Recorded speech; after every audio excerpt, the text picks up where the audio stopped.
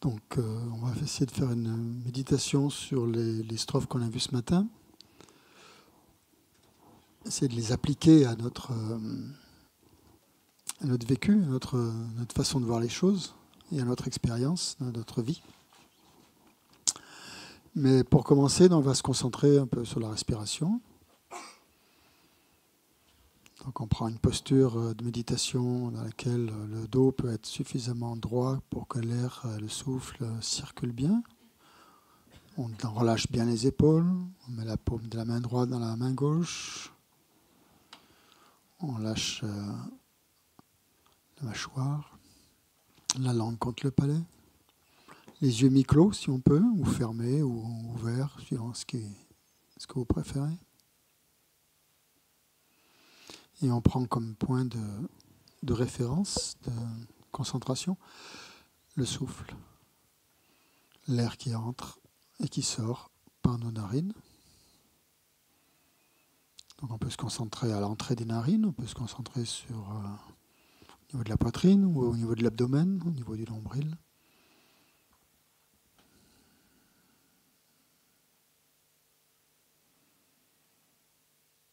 On peut essayer aussi de compter les cycles respiratoires de 1 à 10 ou plus.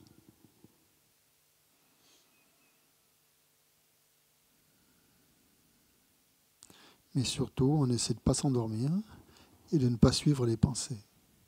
C'est les deux principaux obstacles. L'agitation et la torpeur.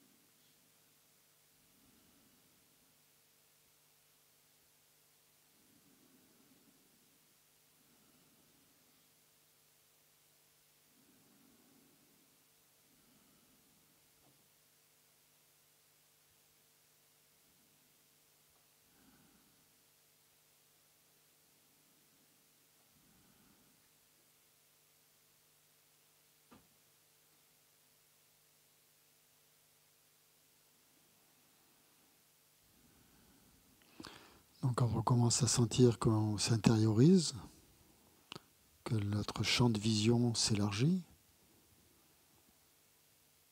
que notre souffle s'apaise,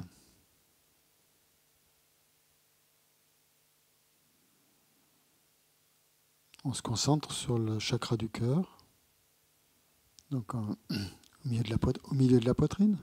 Essaie de sentir ce point au milieu de la poitrine, là où on a visualisé ce matin le coussin de lune avec le vajra, le dorje blanc dessus. Et on essaie de se rappeler ces deux symboles qui sont en nous.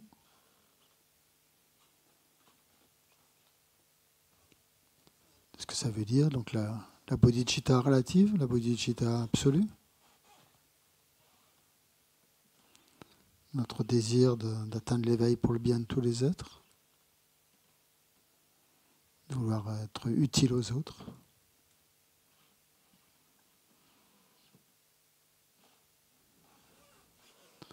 Donc ce sentiment d'amour, de compassion, de fusion avec les êtres,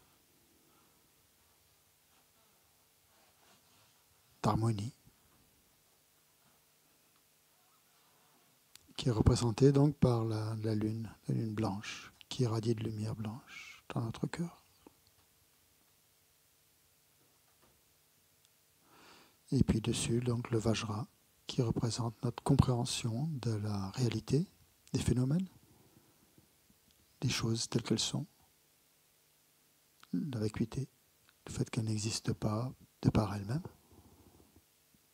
mais dépendent de causes et de conditions et de plein de facteurs différents. Et on essaie de bien sentir ces deux principes, ces deux forces, compassion et sagesse.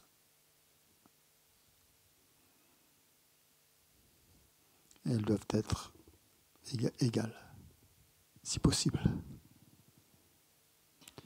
Il faut surtout faire attention que quand on ressent de la compassion, si on y amène la vacuité, et si on voit qu'en amenant la vacuité sur la compassion diminue, c'est qu'on n'est pas sur la bonne voie.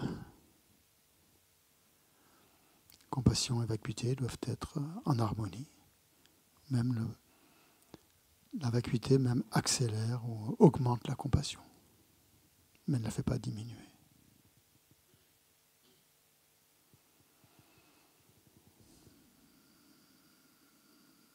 Donc essayez de bien visualiser ces deux symboles qui émanent, qui irradient de lumière dans votre cœur, et cette lumière qui se diffuse par-delà les pores de votre peau, qui touche tous les êtres.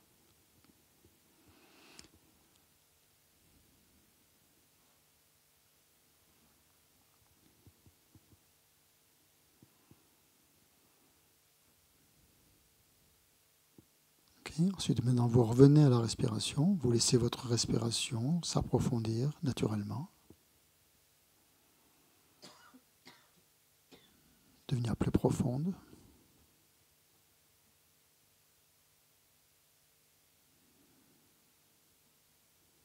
Et vous allez visualiser, donc ou imaginer ou penser à une personne que vous considérez comme votre ennemi, entre guillemets, c'est-à-dire une personne qui vous est plutôt antipathique. On en a tous. On n'est pas des Bouddhas. Donc on a toujours des gens qui ne nous plaisent pas, qui nous irritent, qui nous sont antipathiques. Et imaginez, essayez de voir, de bien imaginer le visage de cette personne, avec autant de détails que possible. Comme quand on visualise une déité. Donc imaginez cette personne là devant vous.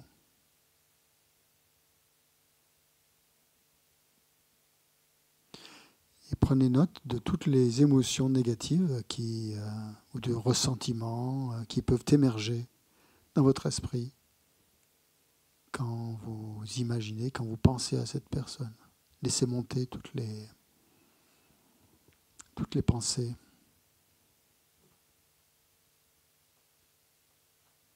Toutes les émotions. Surtout ce sentiment de ressentiment ou de crainte, de rejet qu'on peut avoir.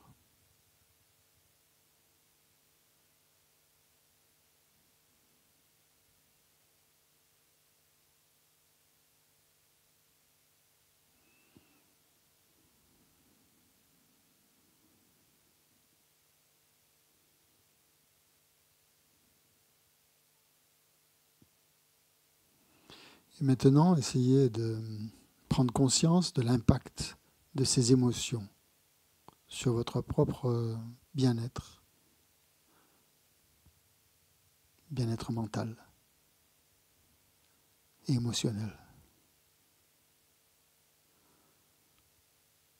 Essayez de voir comment ces émotions vous touchent, vous perturbent, vous affectent.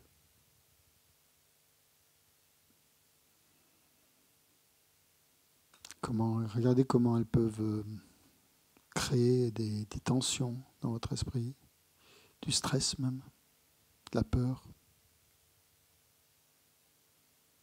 Et comment elles perturbent en fait votre paix intérieure, votre tranquillité, votre sérénité.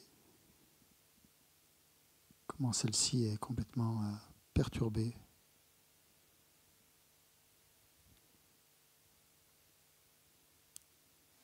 Regardez l'agitation que ça procure dans l'esprit. Plus vous vous voyez cette personne clairement, plus ces émotions apparaissent. Donc allez-y, c'est le moment.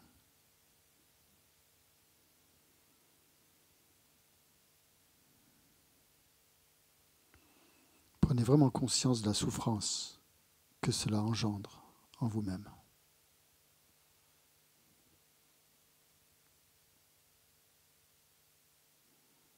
C'est-à-dire qu'en même temps que vous voyez l'autre, l'ennemi, en même temps vous regardez ce qui se passe en vous. Simultanément.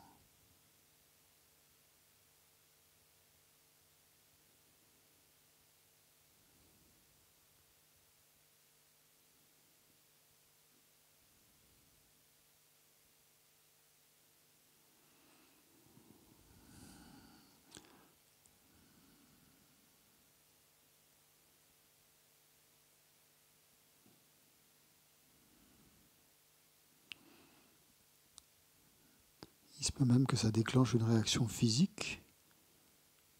Si par exemple vous voyez que vos épaules ont tendance à remonter parce que ces émotions vous touchent, relâchez. Relâchez-les. Si vos mains se crispent, détendez-les aussi.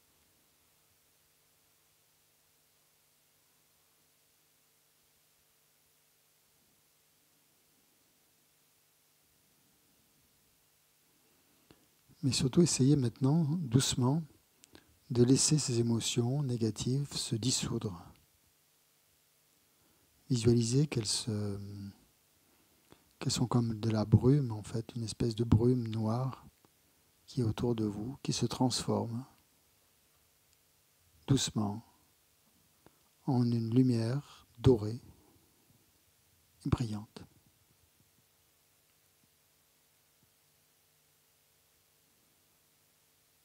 La transformation de ces émotions en lumière.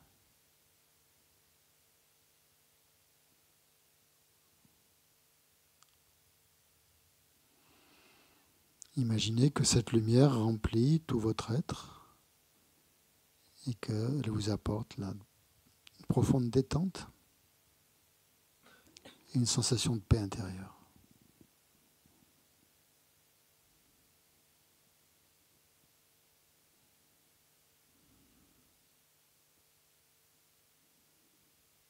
Essayez de rester dans cet état de détente et de paix intérieure. Et de luminosité aussi.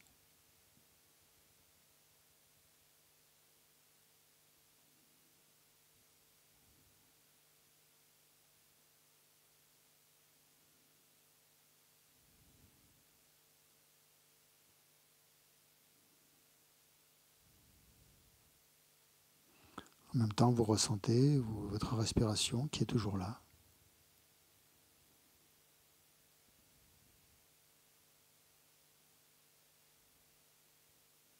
Vous vous sentez confiant, sûr de vous.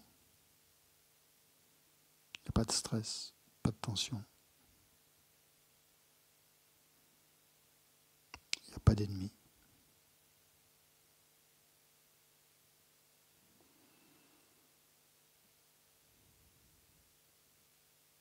Et dans cet état d'absence de stress, de tension, tournez votre attention maintenant vers les qualités, les aspects, les attributs positifs, et les qualités positives de cette personne que vous considériez avant comme votre ennemi.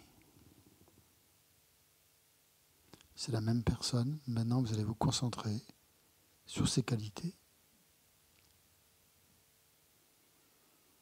Cherchez-les, les aspects que possède cette personne et qui sont positifs. Comme ça peut être la gentillesse, la compassion, la générosité, l'intelligence.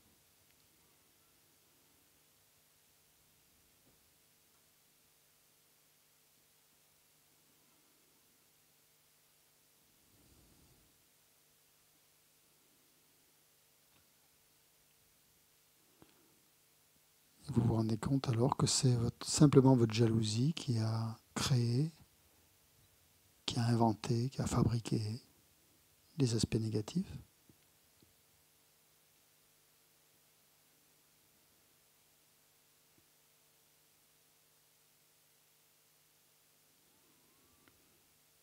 Prenez le temps de vous connecter à ces aspects positifs et laissez-les se développer dans votre esprit, sans dualité.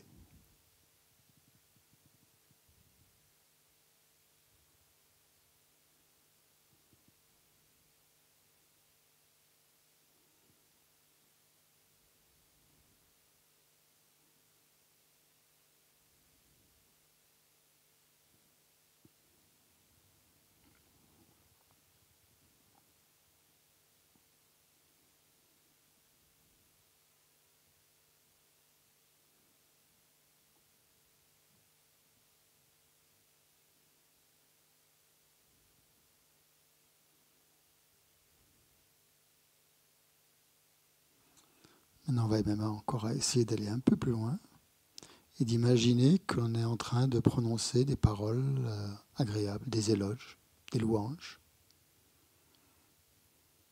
qui reconnaissent justement les qualités de notre soi-disant ennemi, qu'on lui fait plein de compliments, sincères.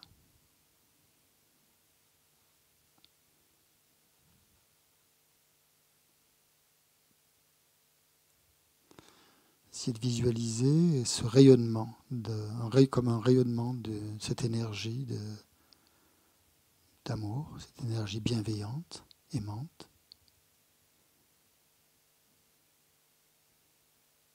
qui s'étend à tous ceux qui vous entourent. Et cela inclut aussi vos ennemis.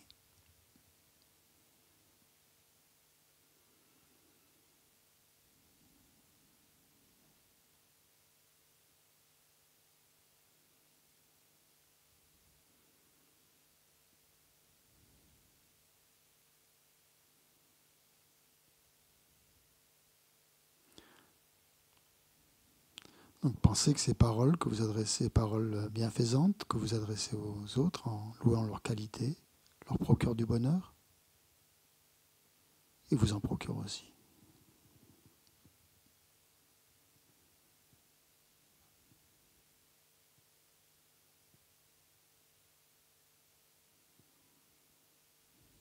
Il n'y a plus d'aversion dans votre esprit, ça a été remplacé par la joie.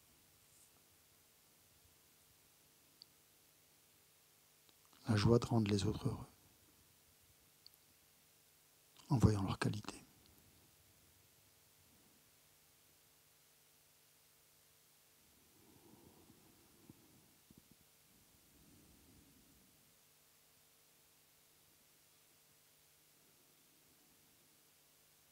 Votre ennemi ne nous apparaît plus comme un ennemi, mais comme un être vivant, comme tous les autres, qui recherchent le bonheur.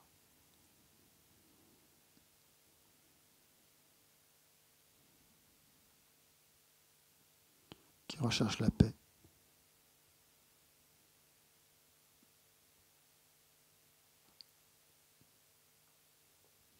Qui veut être aimé, apprécié par vous.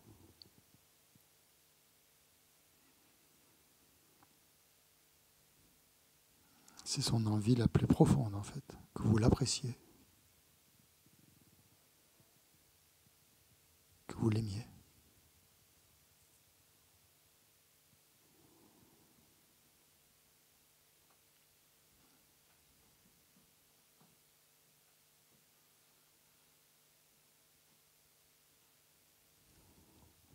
Essayez de ressentir sa joie quand il entend les paroles douces et agréables que vous prononcez à son sujet.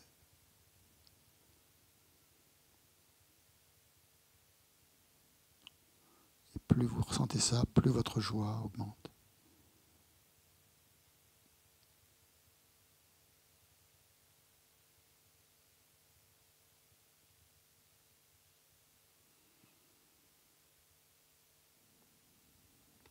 Et cette joie que que vous ressentez, vous essayez de l'étendre le plus possible, de sentir cette connexion profonde avec tous les êtres.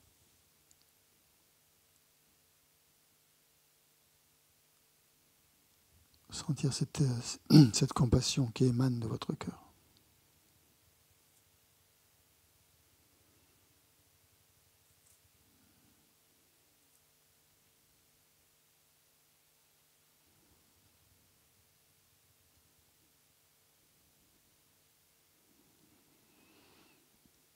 On reste dans cet état de gratitude, de compassion, aussi longtemps qu'on le souhaite.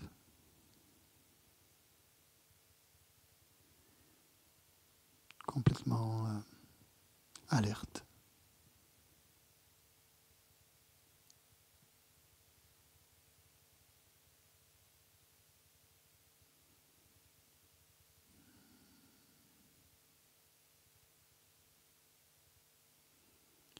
Et ça, c'est le meilleur bonheur que l'on puisse ressentir.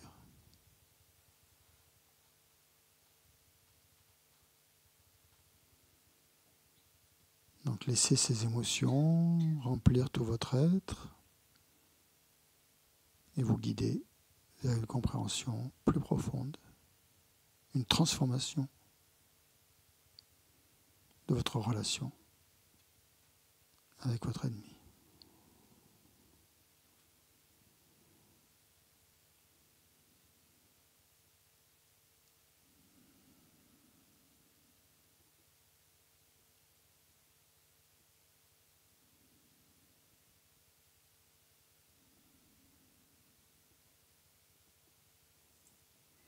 Lâchez bien les épaules,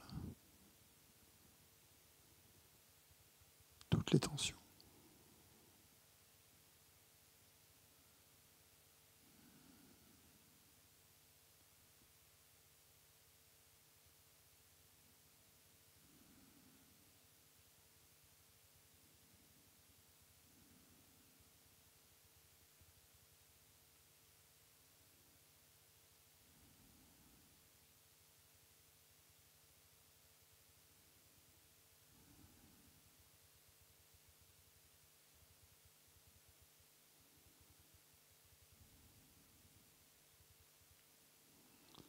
Quand vous n'arrivez plus à tenir cette émotion, vous restez tranquille, concentré sur le souffle, sur la respiration, sur les mouvements du souffle, l'esprit complètement détendu et alerte.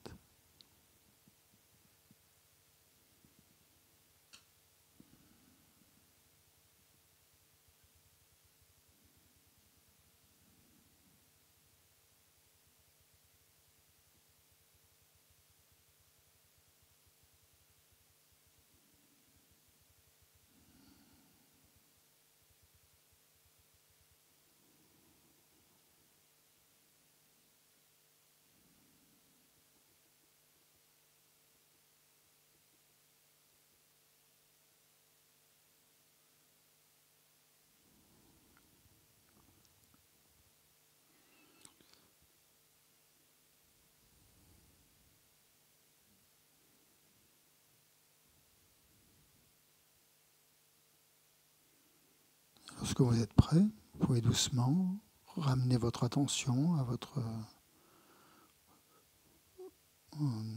environnement, votre environnement immédiat.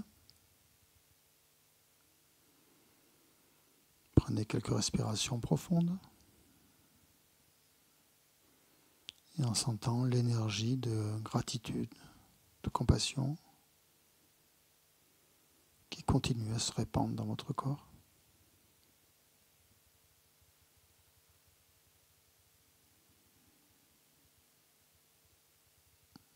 Ouvrez lentement les yeux.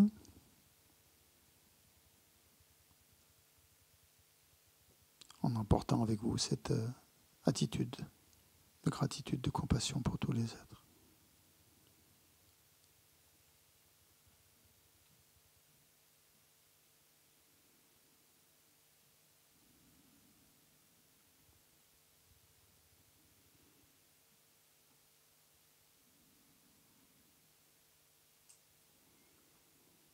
va terminer par les dédicaces qui sont dans la compilation de prières pour l'Institut, page 16.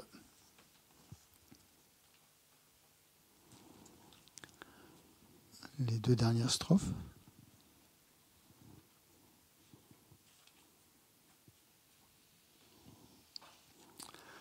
Que tous ceux qui sont malades recouvrent rapidement la santé, que toutes les maladies de ce monde disparaissent à jamais, que dans aucune contrée, de par ce vaste monde, n'advienne épidémie, famine ou conflit, que les êtres vivent dans la vertu et le bonheur grâce à la richesse du Dharma, et que croissent l'abondance, la prospérité et l'excellence.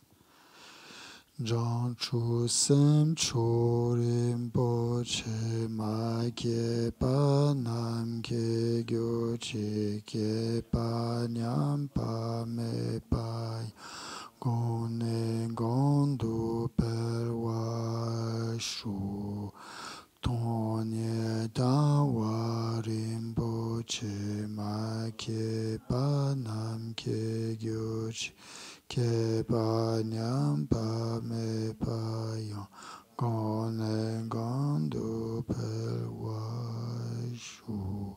Puissent tous les êtres, mes pères et mères, connaître le bonheur et tous les états d'existence inférieurs être vides à jamais. Où qu'il y ait les bodhisattvas, puissent toutes leurs prières se réaliser immédiatement.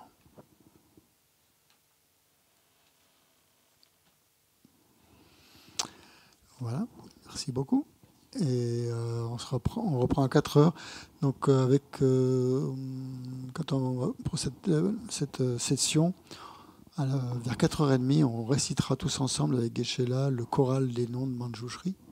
Donc si vous sortez, vous prenez un petit fascicule qui est sur la table au fond. Voilà. C'est donc le choral du nom de Manjushri, c'est un texte que Sasanté a demandé qu'on récite pour le retour rapide de Lama Zopa Rinpoché. Voilà. Merci.